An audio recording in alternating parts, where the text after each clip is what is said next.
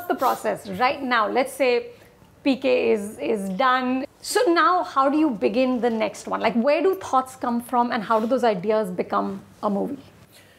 I think it's either memory or outrage.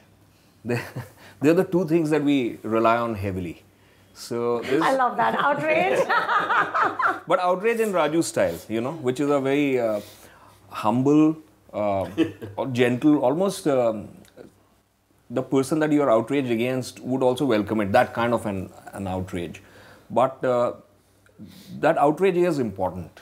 That's what I've realized over a period of time. A new film starts, we automatically check as to what is the outrage, or what's the outrage quotient? what is, and then I think the memory begins to get entwined around it. You know, that's the central pillar.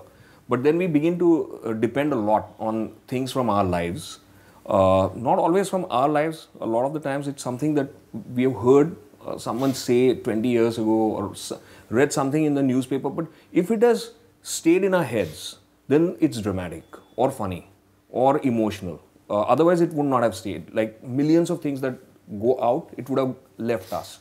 So the fact that it has stayed means it's important. It has value. So it has value, yeah. So those are the things that we start putting together. So for the first 8 weeks, 10 weeks, there is no plot or not even a character.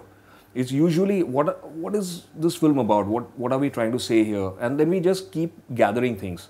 So Raju calls it the thought folder, and I loved that name when he first mentioned it. So I started calling it that now. So we dump everything in that and keep reading that. And then a point comes when you feel sure about an idea, because that's the idea that you have to live with for the next 2 years, and you go to sleep with that, wake up with that. So whether it's you lived with PK for 5? Yeah. That was unfortunate because we couldn't crack it, so it extended to that.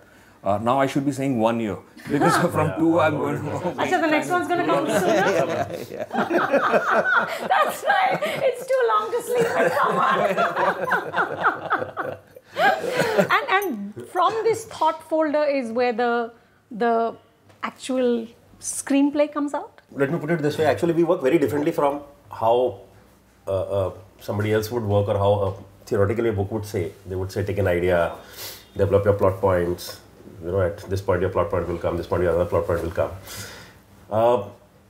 We work differently. When I say is, we collect ideas around the theme which we want to say. And then we try and force fit those ideas. Force fit is another word. Force fit is another word. Into every scene. So the thing is that we want to make every scene with a beginning, middle and end. Every scene a complete film by itself, so that every scene becomes interesting. Otherwise in a film you will see your high points keep coming after like 20 minutes or something. And otherwise you are kind of linking to reach that point.